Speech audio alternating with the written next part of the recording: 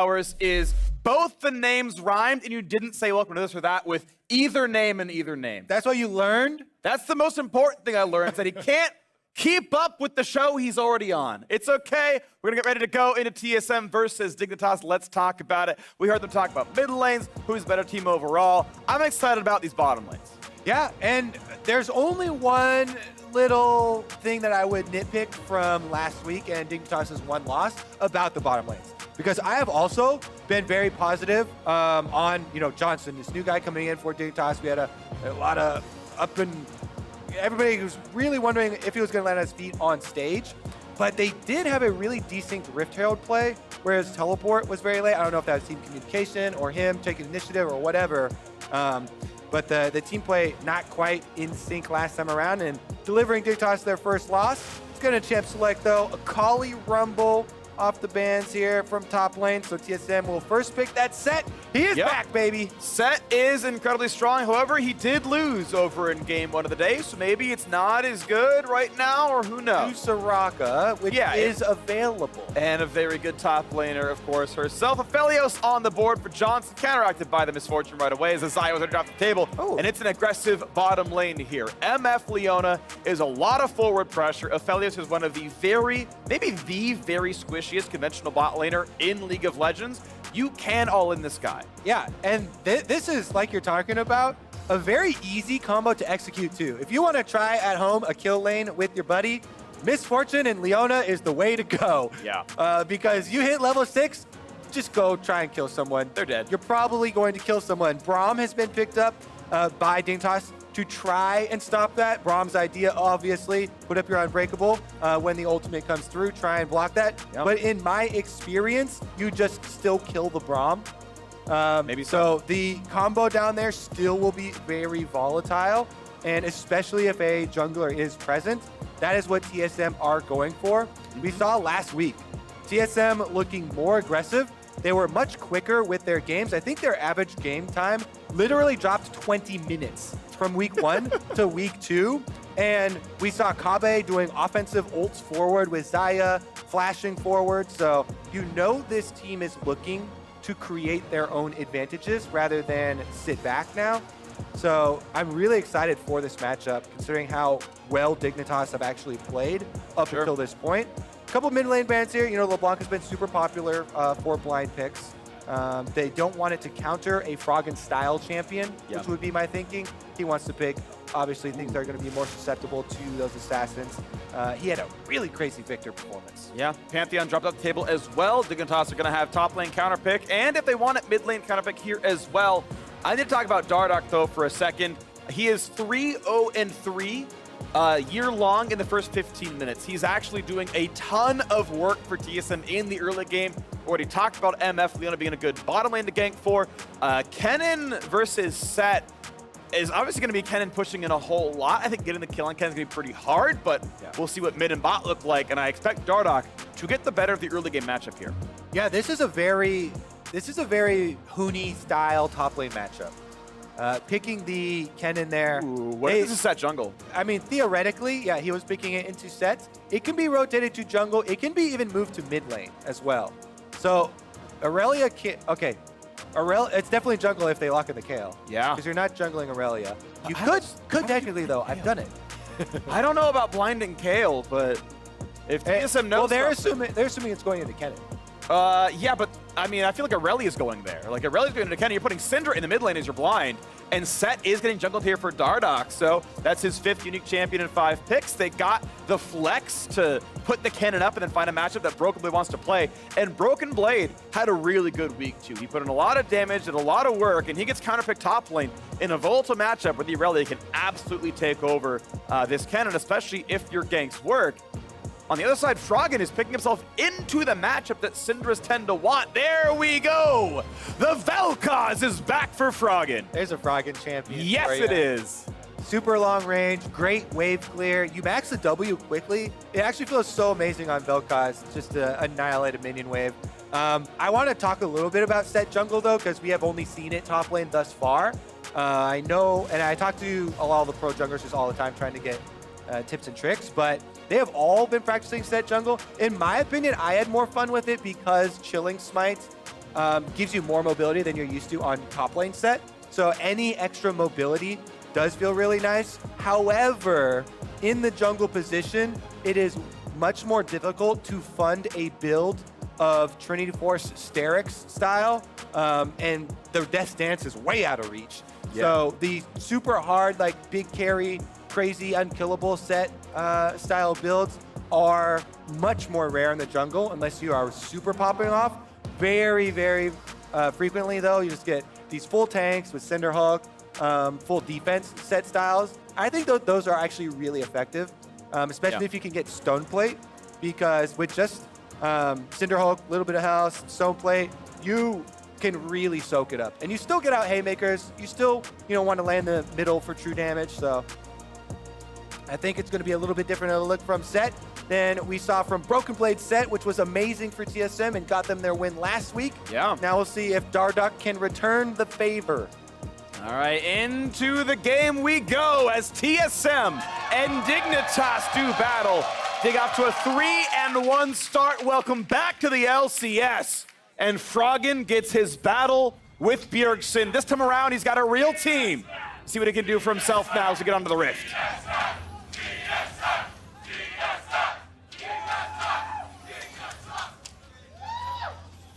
Wait, where's the dig chance? We got a couple there at was the like end. 2 half-hearted clipped dig chance at the end there. All right, well, we got a quick word from Biofrost on reuniting with Bjergsen. Bjerg's more constructive. I think he makes his feedback a little bit more constructive than before. When I first joined TSM, there's a little bit too much red energy, A little bit too much of like emotion. Now it's a lot more constructive. So I would say that's part of his growth. That's one way to put it. I would say that Freak is always red energy, by the way. He will always flame anyone in the vicinity, even if he doesn't have any malice towards them. Nope, yeah, not at all. Just because he thinks it's funny. Shut up, Kobbe. Yes, sir. And see, they left. Got him. Got him. It's really nice to hear, though. People, everybody that goes in and out of TSM. Well, never mind. Let's watch this. Q for a Q. 2 auto lead. Broken Blade popping off in the early laning phase. Hey, nice counting, by the way. Thank you. It's really nice of you to notice that. Still got his Corrupting Potion charges going there. Used it for the extra burn on his trade. Won't have that much sustain left for himself, though. So we'll have to see if he actually makes use of that extra damage. Oh, yeah. Couple of groans there for some missed minions. But it's equal farm. Yeah. Froggen also took some damage while he was pushing up, too. So not only did he miss one as well, but also actually got a good trade in there. The earlier stages of Vel'Koz are a little bit more finicky until you can get your super clean insta double W cast. Good sidestep, good stun though. Broken Blade out of turret range and takes one turret shot for the auto. I maybe take that one. Nice play by Broken Blade. Yeah, I definitely take it. He's also pushing it up here on Huni. Let's see how he deals with jungle difference though, because oftentimes you look at a matchup in isolation and think, oh, what was a good trade? What was a bad trade? Is this even a winning matchup? Well, he knows that his jungler is bottom side of the map. Grig could have been there, but he's actually going mid. We'll see if they land this. Ooh, almost a slow. If he ever goes left, he's in Goku range. Right now, there has to be a flash. You can react to that with Bjergsen's reflexes. So no gank to be found. Nice attempt. And that right there, I honestly want to go back to looking at mid lane because that was the difference between our first game and this game. Bjergsen hovers down to the bottom side of the map where they have a ward. Safety side on the bottom side, so he doesn't put himself out there for the elites, for that cocoon you're talking about. There's the trade of blows on the bottom side, and yeah, that's what you get with Braum. The shield comes up, you get the guaranteed stun on the way out, and Biofrost loses far more health than Aphromoo does. Yep, they do push the wave in though, so now they get time to roam. They can go get a scuttle because Leona has a stun in her kit. Actually feels really nice if you can take that as a bottom lane. Maybe with Dardoch crossing mid though, he wants to claim the jungler bounty. That's gold that's rightfully his. Well, right now it's pulling back to Skull Crab. Cash money in the pockets. Oh, there you go. Meanwhile, Grig just taking the high gold camp of Krugs. Takes the recall, 5 camps in. but you've got more farm and more done on Dardoch right now. Now he looks towards the bottom side, but I think a dive is so unlikely with the health bars as full as they are on Dignitas. Yeah. Just gonna make sure nothing stupid happens. Nothing does. Takes the recall. All right, challenging smite for him as well. So he's not even going for the skirmisher saber. Doesn't even need the extra mobility. We will have to check if he has Nimbus Cloak though, because he has sorcery. Okay. He's running Nimbus Cloak and he's running Water Walking. So he's running the movement speed portion of the sorcery secondary tree, so that the red smite will still give him some movement speed, right? Nimbus Cloak got changed this season to move speed on summoner spell use, not on ultimate use. So just like smites for running. Yeah, it's not nearly as effective as it being a skirmisher saber though with the Nimbus Cloak. I found it's a lot easier to chase build down with it, but sure, blue smite is definitely of course you're going to have the extra defense as well. Goes a long way for jungle set because of course you are going to be lower in gold, so you need more combat effectiveness. For the top side fight, and they go back and forth. One quick recall was sent by Broken Blade to grab the Negatron cloak and walk back to lane. Froggen has to walk away as Bjergsen TP's in, and that's the first reset through. It's a bit of extra mana regen, bit of extra AP, and Bjergsen burns that first cooldown of the game. Froggen might do the same pretty soon, has cleanse for himself in case of a Syndra stun. And Dardoch has been on river patrol, controlling the area thus far for TSM because they get a recall out of Froggen. This dragon play may look bold, but that's all because Froggen recalled there, so they know there's no possibility of mid lane coming. And it is because of the difference in the summoner spells here. Froggen's running cleanse because he doesn't want to get Syndra stun comboed. Bjergsen uses the teleport, and that teleport gets him a dragon. Nicely done. Very early pickup there, right? Has the upgraded smite, uses the W to turn around a lot of that damage, heal back up as well, and that's a nice early pickup there. Infernal Drake on the board for TSM. Gold State, a little bit Dignitas favored. Nice trade right there, good chunk. Look, shoot comes down. Just seeing pretty good farm in a lot of spots, right? Actual gold is plus a little bit for Dignitas here. Dig again, trying to find this gank for Grig. Formerly on Bjergsen's team just a few months ago. Now against him, hoping he can find some pickoffs there. Walks right across the mid lane spotted, and now they know he's bottom side as Aphromoo recalls away. And we still sit neck and neck at a pretty close early game. Broken Blade top side checking back in with the early Merc Treads versus Kennen. I actually do like it.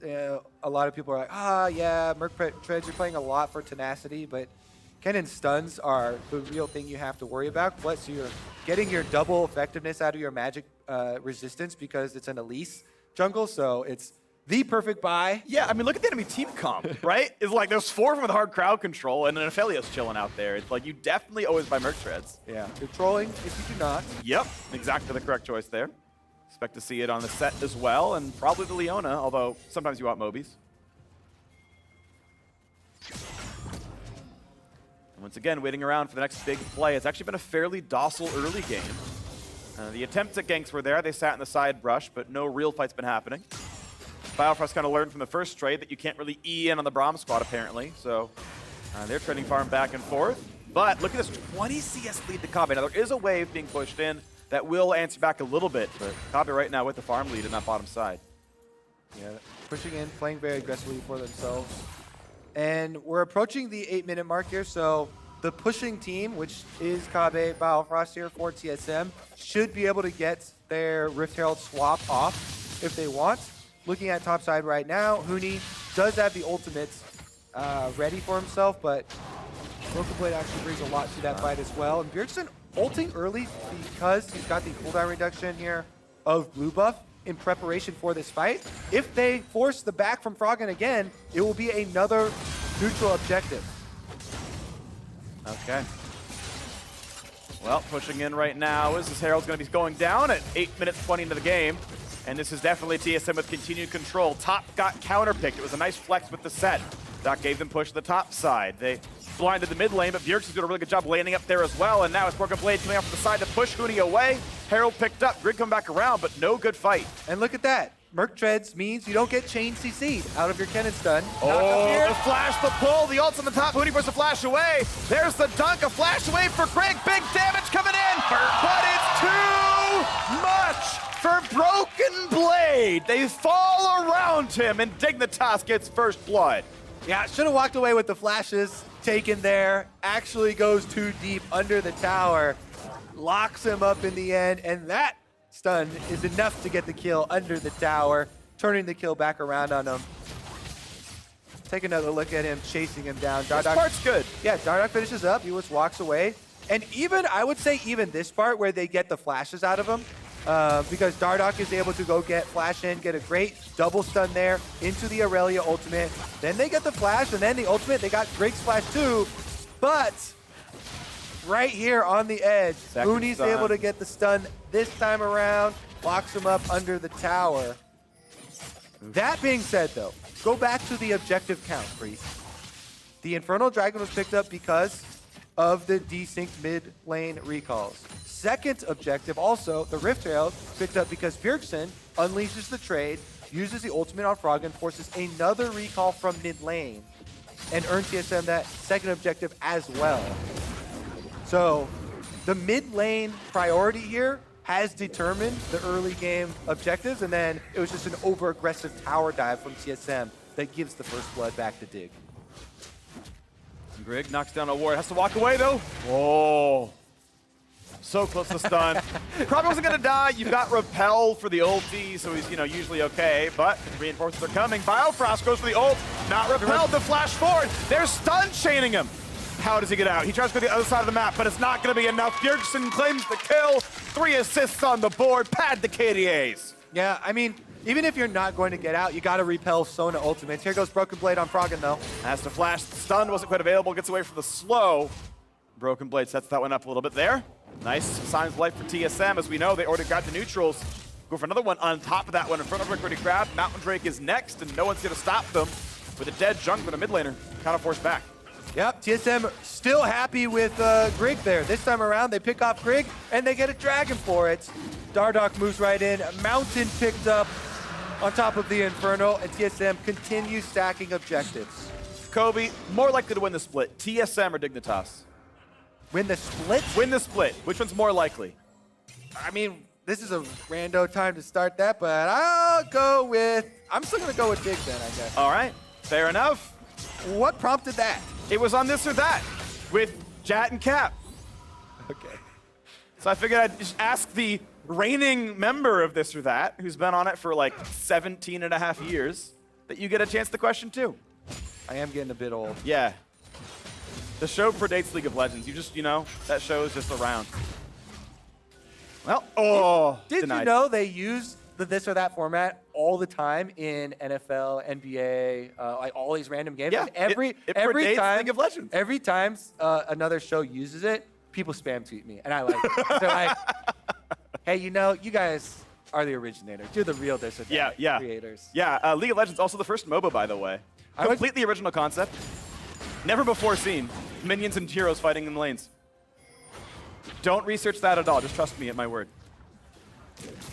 Side note, never trust Freak on anything. Wow, that was very mean. You know how they say, do your own research? Yeah. That's incredibly true with Rift. Rift Herald used mid here for TSM, though, and they're going to get some turret plates for Bjergsen. Little bit dangerous, though. He's got to dodge the skill shots, and he does. I don't think he was in range for the gold in that Herald charge either, so those plates aren't getting cashed in. It's really dangerous because you pop the Rift Herald that early, there's 3 people sitting there. If you get hit by even Braum slow, they can probably chase you down, so you want to get close enough.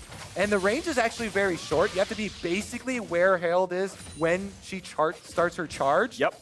To get that cash in, if you haven't already autoed the turret, that is. Kobbe, would you be willing to trade Flash for 2 plates? Yeah. It's like just maybe, barely. It's close because you're like, well, it's basically a kill's worth of gold, but you're not taking one of your opponents off the field. Right. So it's not as good as a kill. Mm-hmm. But that's the thought, right? It's like, ooh, he could have, if he was willing to flash, maybe. And that's obviously a really tough call. Doesn't go for that play, which is completely defensible. And the topic is pushed in yet again by Broken Blade. But Huni this point around, actually winning in farm, as you mentioned for that earlier dive, actually has the assist here as well. So that cannon working out pretty well, at least in the laning phase. We'll see what happens as time goes on. Dardoch still getting a lot of control. Gets another steal away, grabs that red buff. The boss. Whew, yeah. He's teaching the former TSM jungler Yep. his new place. I replaced you, and it was a good choice. Woohoo! That's what he's saying with all those moves. Yeah, well, his new teammate is now here. Aphromoo is with Grig, so Dardoch's got to be a little bit more careful. Doesn't have the numbers on his side. And we look towards They're the top headed straight side for him. as ultis are burned, but Broken Blade has tenacity. Second stun comes in. And here comes the slow. No, it doesn't land. Pulls him back in. Not going to land there either. Finally landing something there, but Dardoch. Whoa, he shields kind of late, though. Doesn't really get any damage block. But he gets to walk out. All right. That was a close one. Wipe off your brow a little bit there. Behind enemy lines for quite a while. Dardoch does escape. And the farm continues. Froggen does have the Luden's Echo now, too. So if he landed that W on Dardoch, that was definitely going to be a kill. Let's take a look at the fight over control wards, though. They're headed straight down the river. Starting it straight up. Actually, just clearing out all the minions. Okay, no AD carries will be involved in this Herald fight if they do spark one. Both Just farming away down bottom side. That doesn't mean they can't go for it, though. Minions get traded back and forth on the bottom side with a 600 gold lead for Dignitas. The 2 Drake lead for TSM. Herald no longer hit anymore. 15 minutes in. Nothing picked up there, and we wait for the next big play. Both supports have gone Moby Boots. They sacrifice the combat stats to get to the right place at the right time, as is pretty much tradition for pro play. The waves go down, and Froggen grabs one as well. And honestly, this dragon coming up is going to be more important than the Rift Herald. So all the wards that they just used up by the Rift Herald need to be repurchased and moved down to the dragon.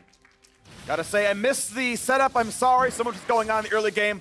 168 CS, what was required for Bjergsen to get 100K all-time LCS minion kills. My brain wouldn't say LCS CS. I was like, that sounds wrong. But he's done it. Good job, Bjergsen. I don't know. I don't get excited for lots of minion kills. That's because you're a jungler. Fair enough. Not really an award I'm likely to. If it was 100,000 all-time Baron steals, you'd be hyped. Oh, I would be really hyped for that. 100,000 Baron steals. Oh my.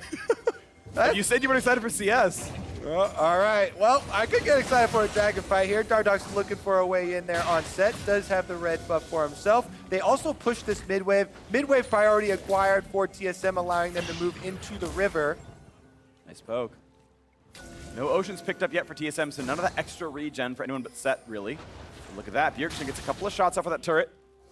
Doesn't even get hit on the way back. Here comes the ocean pull here.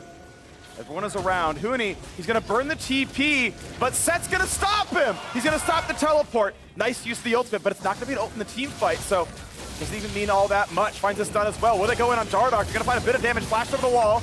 Ooh, Leono's going to miss now as well. Broken Blade burns his stun on top. A bit awkward here, actually. That teleport was going to behind the pit for a possible flank. Now they're going to start the dragon up again. Oh! That's a nice shield in the way for Aphromoo, and a nice smite comes in for Grig. It does mean the mid turret goes down, though. TSM trade the Ocean Drake for the turret kill. And they could transition up to the Rift Herald as well. They push mid lane here, and they're going to pull that one out. Rift Herald does not do much damage at all. All you have to do is dodge the cleave, basically, that she does when her eyeball opens up. So it's a very risk-free objective to actually start up at any time. Looks like they're playing this one without much issue. Should be 2 Heralds picked up here for TSM. The first one really only did about 40% of a turret's health. No gold was earned from it, so I'm 100 for killing it itself. Second one might actually knock down that turret, though. Of course, the remaining damage on mid was partially caused by that earlier Herald charge. And now we'll see if they can knock down something else. They summon instantly towards the top side. Should probably claim that turret as well, as Kobbe's already pushing the wave in. That turret is low enough. The walk away. I don't need to dirty my hands finishing off this turret. Should be just in time. It's close, actually. Herald's going to finish it. Wow. He was a quarter second away from not getting that 250. But does claim the gold. Right on time. Whoop. It's very satisfying, by the way, auto-attacking like a live Herald and just like chunking it from 1600 to dead. Still with 25 gold, but it still feels really satisfying. Yeah, because you... Oh! do way more damage than you usually do Satisfying. with your auto attacks. Killing Cam. That's fair enough. In the end, that turned out to be technically 2 tower kills for the dragon. So even though it was the 3rd dragon that set TSM up for the soul point, they did get a boost of gold right now out of it. And they do have decent positioning to try and focus on the last outer turret, which is bottom here. Whoop! Huni gonna run through the extra brush provided by Ocean Summoner's Rift. And walk his way right back out. TSM focusing on that outer turret we're talking about. Get a little bit more chip damage on it, but Huni's here to defend, and Huni's here to get dove. Yeah, well, his E is on cooldown, has the ulti though, and that might be stopwatch. enough. He's got stopwatch. Yeah, he's too. got a lot of tools to live, so that's unlikely to work out as Dignitas come down this side of the river. No one to fight though, TSM backed off enough. So it looks like bot lane might just be the apple of their eye. Shoving in now with everyone but Bjergsen, who's off to do mid control. That wave's already been pushed in. No one's answering that minion wave. So the Dignitas defense actually drops 6 CS as Bjergsen shoves one in, and no one's going to grab it. Yeah, mid lane pushing has really been a big story for this game that hasn't had too many kills in it, but has had a lot of maneuvering for the objectives. And TSM opening up a lot more space to work with here. You can freely push those mid waves because they got that mid tower down. Next step, moving in to try and clear out some of these control wards here. Kobbe farming right away along towards probably the Infinity Edge for himself on the Misfortune. Put some more power behind the ultimate as well as looking for those big crits. And on that power spike, I think they should be able to move in. Already you can see in the jungle, Dardoch is in there taking away the blue buff. So Vel'Koz will not be able to get another one. Or is he looking for a flank on Johnsun? Split push for TSM still working. 3-0 in outer turrets. Look at that gold lead, 2,000 up. Good plays to them. And Froggen is showing top right now with a non-teleport Vel'Koz, so TSM fishing around. Possible Leona set combination there, but good job by Dig. Nobody exposes themselves until... Here comes the team fight. Big damage, and Dardoch goes down right away. Over the wall they go with the re-engage. Here comes the squad, but they've got Froggen. There's the laser, and Broken Blade goes down again. Big 2 kills here for Dig. They absolutely annihilate him before he's able to get any sort of answer off in this. There's not a neutral objective up for it, so it is just the 2 kills, but it allows Huni to push the bottom wave in, chip down this turret in preparation for the next dragon coming up. And you let one get away, Freak. Not that big a deal, but Ocean number 2, if that goes over to Team Dignitas, they take down the outer turret. They've got dragons now starting to stack up in their favor. Plus, look at this, how they get the extra money. It's a control ward placement here. Aphromoo slips back in. He says, come here, they're face checking me, let's go. And they do see him with the sweeper, but that Braum stun, oh man, it feels good to kill a set with no W. He never gets time to get the haymaker off. Fully stacked up there with the grit. Yeah. And they 100% to 0. Braum stun into Cocoon from Grig. And he gets some payback on the new TSM jungler. And Johnsun was on green-white for his guns. He had the Chakram turret with a sniper rifle for the offhand. The marks reset your auto attacks, so you're just like throwing damage down in those cases. Put out absurd damage in that one and just pretty much one-shot that poor jungler who doesn't have any armor. He's got a Cinder Hulk and a Kindle Gem for tank stats. Blew him up. Well, definitely well played. Stacking CC even into the Merc Treads there by Dig. And they cleanly pick up the Ocean in the aftermath. So early game, heavily TSM favored. But they make that mistake on the dive on top side. And from there, it got a little scuffed for him. Dig making good here on a couple of plays.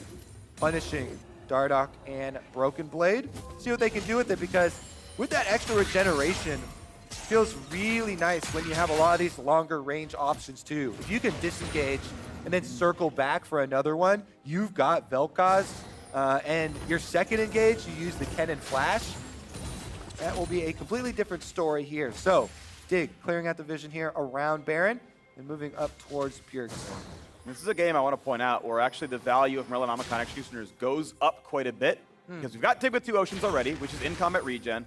And the Soul is likely to come in as well, which is even more in-combat regen. So regardless of comp, you're actually in a pretty high regen game where you actually really care about Grievous Wounds in your build. So we're going to see that come through at some point, especially when they get towards Soul Point here, which Dig seems likely to grab. Good stun, good poke towards Dardoch, but he's very tanky. There comes the engage, good repel, but is there a re-engage? This could look very good. A little bit too early for Bjergsen. Cannot find the stun, and Grig gets out. Yeah, he's going to have to burn his flash in order to do so. So TSM do force a summoner spell with the pick and the Leona ultimate, but TSM get out unscathed. Nobody goes down. What can they do with this control over the red quadrant of the jungle? This right here, TSM have been able to infiltrate, push Dig out of their own space, and get down their wards looking for these picks. No Leona ultimate for the combo, but Syndra can often set them up herself.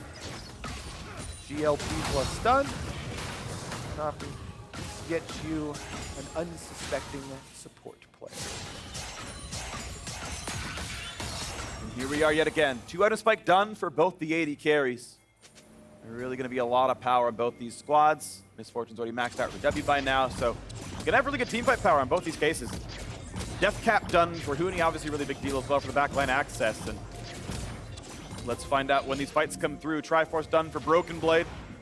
Sterix Gage stacked up, plenty of time here. Or not Sterix, but Jarum's Fist. Flank is going to be the name of the game here too, Grig. TSM are behind Dig right now, but they're so split. Whoa! Grig is gone. The flash engage for Biofrost. The dunk on the top as well. Aphro can't run away fast enough. That's going to be stopwatch for a second. Broken Blade finds Froggen. Huni the backline will try to claim Kobbe. Finally takes him down. Zonia's buys a second. There's the ult. Oh, that's some damage, but look at the team fight. It's 4 kills to TSM, only 2 for Dignitas. Yeah, Dardoch doesn't go down in that explosion from the Aphelios ultimate. He barely survives it. So TSM come away with such a big victory. I said flank is the name of the game. Well, TSM won the game, Frank. That was a beautiful flank. They get the instant kill off that pick with this Syndra stun that we keep mentioning. 3 games in a row, 3 Syndras. The long range run does find the kill here as Grig walks over to the control ward and they deliver to their old jungler. Yeah, that's exactly what we're talking about. Then Leona goes in, they get the full engage. Dardoch on set, full flank here. They even get teleport from Broken Blade, I believe, to get the full flank on Froggen, and they're chasing down the kills. Huni for Dig does get Kobbe, and Johnsun is going to be able to answer because 4 members are grouped up. So those are the Dream Infernum ultimates where you do get those kills. But he actually only got 1 with it. And in the end, TSM super happy coming away with the extra money. Well, the respawn's coming in time. 30 seconds on Ocean Drake, and Dignitas first to play to push down mid lane. And they are clearing things away. Second turret now on the board as mid tier 2 was cracked a while ago on the TSM side. We can see a 2,000 gold lead for TSM, a 2-turret lead as well. And here comes the 3rd Drake.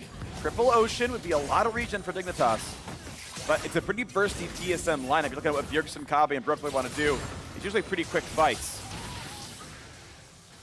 Here we are, everyone now to the bottom river. There's the engage. There's Biofrost in the front. Huni gonna Zonia's first. Damage out from Aphelios, gonna kite back, but Aphromoo already gone. The engage towards Grig kills him as well, and Kobbe just barely burns down. Leandries takes that one off, but Broken Blade gets the chase, and it's a 2-for-1 to TSM. Froggen just annihilated Kobbe. TSM are making this dream engage. Really good job there. Biofrost, he goes in, has the zone, has the stopwatch to be able to survive. If it wasn't for Froggen on that Vel'Koz, lasering Kobbe, countering that Misfortune ultimate and getting that kill, this would have been a clean sweep for TSM. And here's another look at how they started it out. Even though Broken Blade's stun is down, Biofrost goes in. He does split the team there with the ultimate, but he gets the stun onto Huni. And taking away a good Kennen ultimate means that TSM actually get to chase down these kills.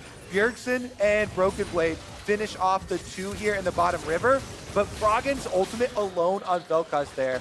They're able to channel it on the channeling Misfortune, who burns down at the very end as he's walking away. And it puts TSM on sole point. That Oblivion Orb should probably become Relanamicon before too long on the Froggen side, and he'll have time to do it in the next 5 minutes. But I think we want to see that one come through. Flat Pens on the board, got decent AP. And we wait to see what comes in next as Kobbe goes towards some lifesteal. Doesn't want to make that, situation happen again, so auto once, maybe survive it all. Meanwhile, Johnsun on the way towards that all-important Hurricane. With Infernum, it's a lot of damage. Yeah, definitely has the strong guns available for a team fight. AoE ready at the willy. That's another attempted stun. It's at least the slow. I'm going to back off. Problem here for TSM is that Dig do have some decent ways to check this, right? They've got a decent amount of long range and poke abilities, skill shots they can throw out. But even though there's even more brush on Summoner's Rift, they're not as worried as some team comps would be around this Baron. And with TSM recalling, they get to sweep in, breathe a sigh of relief, take out a bunch of those control wards, and lay down some vision for themselves. Nice little hit right there. Look at your mini-map, though. Bjergsen right now split pushing on the Syndra. Because all the focus on Baron, he made it all the way up to that bottom tower. And Syndra, with all that AP, actually does a decent amount of towers with the auto attacks. He's chunking it down by himself while they're trying to stop back. Oh, Aphro's been stunned up. Bill's committed now as well. The rest of the squad showing up. 3v1, no way out for the Braum. TSM picks one up. Dardoch gets his first kill of the game. They get the pick. They also got that turret that I mentioned. Bjergsen's able to finish it off all by himself. So TSM, 5v4 power play right now. Bottom tower taken away. Control of vision around Baron. And they're just daring Dig to come check it. As they clear away a lot of this jungle, there's only the single ward. It doesn't see all the paths. They do have Johnsun's Scryer right now. So they have one blue trinket use available. TSM are just tearing them apart across the map. They know they're 2 minutes from soul point. They don't really have to commit to the Baron play anyway. They're up 5,000 gold just in the mid game, just by playing the map better, spreading their opponents out. I mean, 2 kills does not make 5,000 gold. It's all the farm and the turrets they're picking up. So TSM playing Dignitas like a fiddle. Fully controlled game right here. 1.5 minutes left on that dragon to come up. Ocean Drake doing so much less than Baron and way less threatening, so you can just start it up, try and bait them. You can always turn without too much of a worry of it really hindering you. The slow is kind of annoying for whoever's tanking it to try and get out of the pit, but that is about it. We'll see about the setup for this fight, because once again, as we said earlier, the flanks are everything in this game. Set and Aurelia with Leona, they got TSM just fully surrounded Dig last time around, and they annihilated them. You can't really afford for your Aphelios Vel'Koz, two of the most high damage output, but also most vulnerable backline carries that you can draft. And it's why Johnsun went towards Phantom Dancer instead of Hurricane. It is a downgrade in damage, but an upgrade in durability. Desperately needs the health. 480 damage shield. Certainly a lot when you consider his health bar is not that big. And he's going to hope that's enough that he survives Broken Blade or Dardoch. Dragon is set up, and there is no ward for Huni to teleport deep on. So Huni can't get a flank of his own. It would have to be a defensive teleport to the rest of the team. Broken Blade got it! Blade finds 2 for the stun. The flash engage. Good cleanse away from Froggen. They find a stun now as well. Now's the re-engage. The duck over the top, and Huni only hits on the 1. There's the pullback! And look at the bullet time over the top. It's 3 kills, make it 4, and Huni gets slowed again. It's the ace for TSM. Ooh. That is a clean team fight, Freak, I believe is what we'll call that. And it might be enough to close out the game. They've already got the wave. Ooh. They're pushing into the bottom side of the map. And it's 20 seconds on most of the meaningful recalls in TSM. With such a lackluster week 1, turned it around in week 2, and aimed to please in week 3. 3 wins in a row. TSM knocks down Dignitas. Feel like we've had some educational content on the LCS today, Freak. Last game was Jungle Justice. This game was team fight flanks. Lead your way to victory. TSM, clean ace in that last one. Broken Blade teleports in. Dardoch sections away the Kennen after Huni uses the ultimate, taking away the only real big threat that Dig had for the team fight. Once that's out of the way, they're completely scattered because they get flanked and surrounded. Attaboy, And Kobbe. TSM just dissect Dig on stage. So may have to change the answer to the